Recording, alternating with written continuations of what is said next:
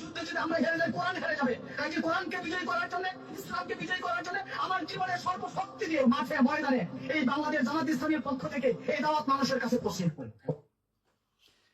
কথা হচ্ছে এই যে বক্তব্যটা, এই বক্তব্যটা কিন্তু আমি ছোটবেলা থেকে শুনে এসেছি। আপনাদের কাছে মনে হচ্ছে এখন দিচ্ছে, নো, এই বক্তব্যটি আমি ছোটবেলা থেকে শুনে এসেছি। অর্থাৎ এই একই বক্তব্য যতগুলো সংসদ নির্বাচন বাংলাদেশে হয়েছে এবং জামায়াত ইসলাম যেখানে অংশগ্রহণ করেছে, প্রত্যেকটা প্রচারণার সময় জামায়াত ইসলাম এই কথাটি বলেছিল, কি যদি জামায়াত ইসলাম হেরে যায় তাহলে কোরআন হেরে যাবে। কথাটা বুঝছেন? এবার জামায়াত ইসলাম তো একবারও জিতে নাই, প্রত্যেকবারই হচ্ছে গিয়ে জামায়াত ইসলাম হারছে, তার মানে কোরআনও হেরে গেছে, তাই না? সেটা তো হারছে কি জিতছে কোরআন, সেটা তো আপনারা খুব ভালো করে জানেন। কোরআন তো কোরআনের জায়গায় আছে। এবার আপনাদের যে এত সাউয়া ভরা অনুভূতি, এই অনুভূতি এখন কোথায়?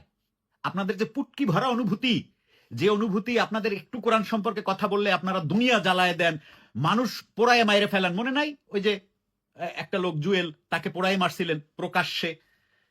তাহলে এখন আপনাদের অনুভূতি কই যায়?